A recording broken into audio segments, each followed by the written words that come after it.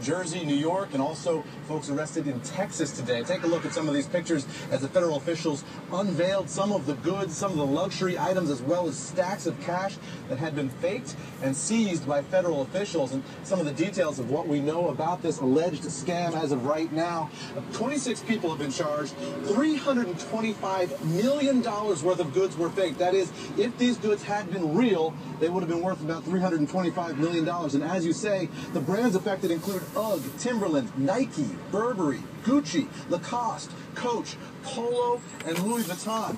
Feds called it one of the largest counterfeit goods smuggling operations ever charged. So clearly a massive operation here. And as recently as 10 o'clock this morning, Sue, they were still arresting folks involved in this in 3 states across the country. So a big bust by the feds today, Sue. Indeed, Eamon. Thank you. All right, we're watching the stock of Boeing today. Its Dreamliner is behind schedule and its 737 MAX still on the drawing board. So is Boeing's record backlog in danger of collapsing? Our Phil LeBeau spoke with the head of Boeing's commercial planes business unit about it, first on CNBC. What did he tell you, Phil?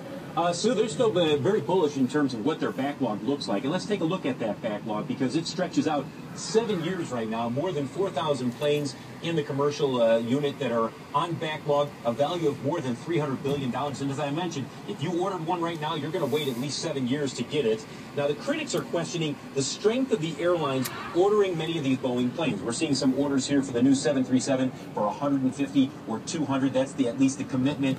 And right now, they have 251 firm orders, 1,000 commitments for the 737 MAX. Jim Elbaugh, who runs the commercial airplane unit at Boeing, says, yeah, it could weaken a little bit, but he wouldn't mind if it softens up. We don't know what's going to happen to the economy. When the economy softens, you have people that want to defer orders, push airplanes to the right. We anticipate that. We build our skyline assuming that some of that will happen. But, you know, a backlog of 7 years is too long. You know, I would like to burn the backlog down.